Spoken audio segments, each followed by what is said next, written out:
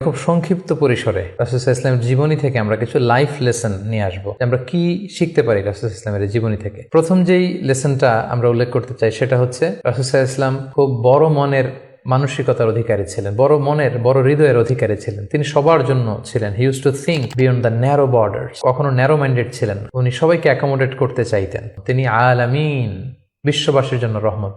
He is for all and his teaching is for all.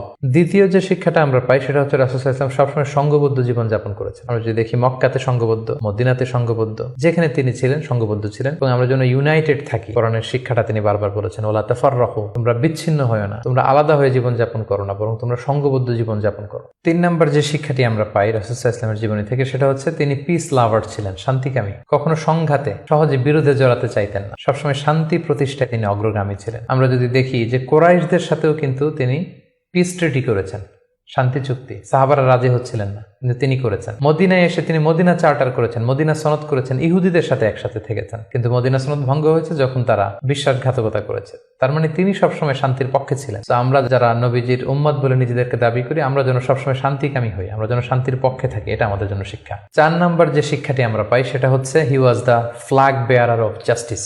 ন্যায় যেখানে, সত্য যেখানে, ইনসাফ যেখানে, জাস্টিস যেখানে, তিনি সেখানে। তার প্রমাণ আমরা দেখি 20 বছর বয়সে তিনি যখন যুবক, তখন তিনি হেলফুল ফুজুল নামে যুব সংঘ করেছেন। উদ্দেশ্য কি ছিল? মাআল মাজলুম দিদ্দাল জালিম। আমরা সবসময় মাজলুমের পক্ষে থাকবো, জালেমের বিরুদ্ধে। কোনো জালেম যেন কোনো ব্যবসায়ীকে, ভিনদেশীকে, কাউকে যেন ঠকাতে না পারে, মাজলুমের পক্ষে লড়বার জন্য তিনি এটা করেছেন। তার মানে ইনসাফ, জাস্টিস, ন্যায় পরায়ণতার পক্ষে তিনি সবসময় কাজ করেছেন। আমরা যেন সবসময় ন্যায় পরায়ণতার পক্ষে থাকি, এটাই আমাদের জন্য শিক্ষা। 5 নম্বর যে ব্যাপারটা আমরা দেখি যে রাসূল সাল্লাল্লাহু আলাইহি ওয়াসাল্লামের পুরো জীবনীটা যদি আপনারা খেয়াল করেন, সবসময় রাসূল সাল্লাল্লাহু আলাইহি ওয়াসাল্লাম একটা স্ট্রাগলের মধ্য দিয়ে গিয়েছেন। তিনি আল্লাহর নবী, শুধু নবী নয়, শ্রেষ্ঠ নবী, আল্লাহর হাবিব। তার কাছে কোরআন নাজিল হয়েছে, তার কাছে ওহী আসতো, আল্লাহর সরাসরি সাহায্য তিনি পেয়েছেন, আল্লাহর সাথে কথা বলতেন। তারপরও তার জীবন কিন্তু স্ট্রাগল মুক্ত ছিল না, সবসময় তিনি স্ট্রাগলের মধ্য দিয়েছিলেন।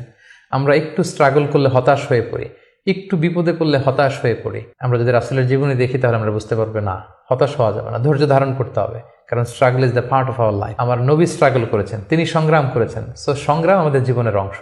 এই শিক্ষাটা আমরা পাই। 6 নম্বর যে শিক্ষাটি আমরা পাই সেটা হচ্ছে রাসূল সাল্লাল্লাহু আলাইহি ওয়াসাল্লাম ব্যক্তিগত জীবনে অত্যন্ত সৎ ছিলেন, যে কারণে যে কুরাইশরা রাসূল সাল্লাল্লাহু আলাইহি ওয়াসাল্লামের বিরোধিতা করতো, তারাই রাসূল সাল্লাল্লাহু আলাইহি ওয়াসাল্লামকে উপাধি দিয়েছিল আস-সাদিক আল আমিন, সত্যবাদী, আমানতদার। যেদিন তিনি হিজরত করবেন সেদিন তিনি তার ঘরে রাসূল সাল্লাল্লাহু আলাইহি ওয়াসাল্লাম আলী রাদিয়াল্লাহু তাআলা আনহুকে রেখে গিয়েছিলেন। কারণ ওনার কাছে মক্কার অনেক লোকেরা আমানত রেখেছিল, সেই আমানতগুলো বুঝিয়ে দিতে আলী রাদিয়াল্লাহু তাআলা আনহুর 3 দিন সময় লেগেছিল। এত পরিমাণে ডিপোজিট ছিল, আমানতের বিভিন্ন জিনিসপত্র ছিল, সেগুলো আলী রাদিয়াল্লাহু তাআলা আনহু বুঝিয়ে দিয়ে তারপরে তিনি হিজরত করেছেন। কতটা আমানতদার ছিলেন আমাদের প্রিয় নবী। এবং ওনার এই ব্যবসায় আমানতদারিতায় মুগ্ধ হয়েই কিন্তু খাদিজা রাদিয়াল্লাহু তাআলা আনহা রাসূল সাল্লাল্লাহু আলাইহি ওয়াসাল্লামকে বিয়ের প্রস্তাব দিয়েছিলেন। তো তার উম্মত হিসেবে আমাদের উচিত সত্যবাদী, সৎ এবং আমানতদার হওয়ার চেষ্টা করা।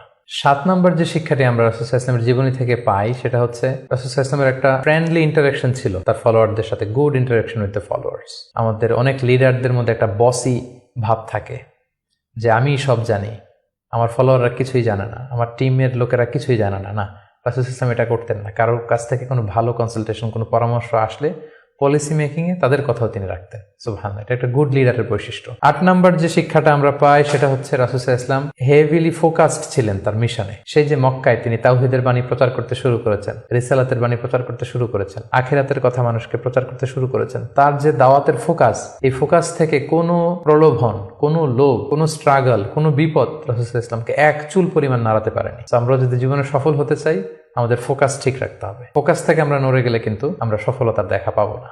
9 নম্বর যে শিক্ষাটা আমরা পাই রাসূল সাল্লাল্লাহু আলাইহি ওয়াসাল্লামের কম্প্যাশনেট অ্যান্ড মার্সিফুল অ্যাটিটিউড। রাসূল সাল্লাল্লাহু আলাইহি ওয়াসাল্লামের দয়াদ্র মানসিকতায় অনেক শত্রু কিন্তু রাসূল সাল্লাল্লাহু আলাইহি ওয়াসাল্লামের বন্ধু হয়ে গিয়েছিল, ঈমান এনেছিল। আমরা দেখেছি মক্কা বিজয় যখন করেছিলেন, চাইলে পিষে মারতে পারতেন কুরাইশদেরকে, যারা বছরের পর বছর জন্মভূমি থেকে দূরে থাকতে বাধ্য করেছিল রাসূল সাল্লাল্লাহু আলাইহি ওয়াসাল্লামকে। রাসূল সাল্লাল্লাহু আলাইহি ওয়াসাল্লাম কি করলেন? বললেন যে না, লা তাসরিবা আলাইকুমুল ইয়াউম, কোনো প্রতিশোধ, হিংসা কিছু নেই, ক্ষমা করে দিলাম, যাও তোমরা স্বাধীন। এভাবে নানা ঘটনায় আমরা দেখেছি রাসূল সাল্লাল্লাহু আলাইহি ওয়াসাল্লাম তার অমীয় অনুপম চরিত্রের মাধ্যমে তিনি মানুষের মন জয় করেছেন। তো এই গুণাবলী যেন আমরা আমাদের মধ্যে ধারণ করবার চেষ্টা করি। সব শেষে শিক্ষাটির কথা বলবো, সেটা হচ্ছে succession management. A good leader produces good leaders. একজন ভালো নেতা শুধু ফলোয়ার তৈরি করে না, সে আরো নতুন নেতা তৈরি করে। আমরা যদি দেখি রাসূল সাল্লাল্লাহু আলাইহি ওয়াসাল্লামের ইন্তেকালের পরে আমাদের লিডারশিপ নিয়ে কোনো ক্রাইসিস হয়নি, সেখানে দাঁড়িয়ে গিয়েছে আবু বকরকে আমরা রাদিয়াল্লাহু তাআলা আনহুকে আমরা আমাদের খলিফা বানিয়েছি। আবু বকর রাদিয়াল্লাহু তাআলা আনহুর ইন্তেকালের পরে ওমরে ফারুক আমাদের খলিফা হয়েছে, তারপরে উসমান, তারপরে আলী রাদিয়াল্লাহু তাআলা আনহু। তার মানে রাসূল সাল্লাল্লাহু আলাইহি ওয়াসাল্লাম এদেরকে কিন্তু সবসময় ডানে বায়ে সামনে